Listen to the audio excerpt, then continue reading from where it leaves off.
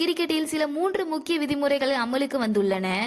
ODI format கிரிக்கெட்டை பொறுத்தவரை 34 ஓவருக்குள் 2 புதிய பந்துகளை பயன்படுத்திக் கொள்ளலாம் என்றும், பின்னர் மீதமுள்ள 16 ஓவரை வீச அந்த 2 பந்தில் இருந்து ஒரு பந்தை தேர்ந்தெடுத்துக் கொள்ளலாம் என்றும் தெரிவிக்கப்பட்டுள்ளது.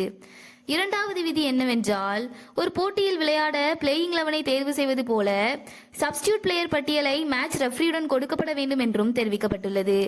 ஏனென்றால் போட்டியின் நடுவில் காயம் காரணமாக வீரர்கள் மைதானத்தை விட்டு வெளியேறும் பட்சத்தில் அவர்களுக்கு பதிலாக சரியான மாற்று வீரர்கள் வர வேண்டும் என்பதற்காகவே இந்த விதியானது தற்போது அமலுக்கு வந்துள்ளது.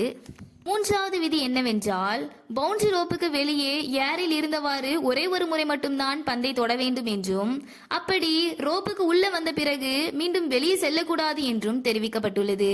இந்த விதியின்படி கேட்ச் பிடிக்கவில்லை என்றால் அது சிக்ஸராக வழங்கப்பட்டு எதிரணிக்கு மதிப்பெண் அளிக்கப்படும் என்றும் தெரிவிக்கப்பட்டுள்ளது.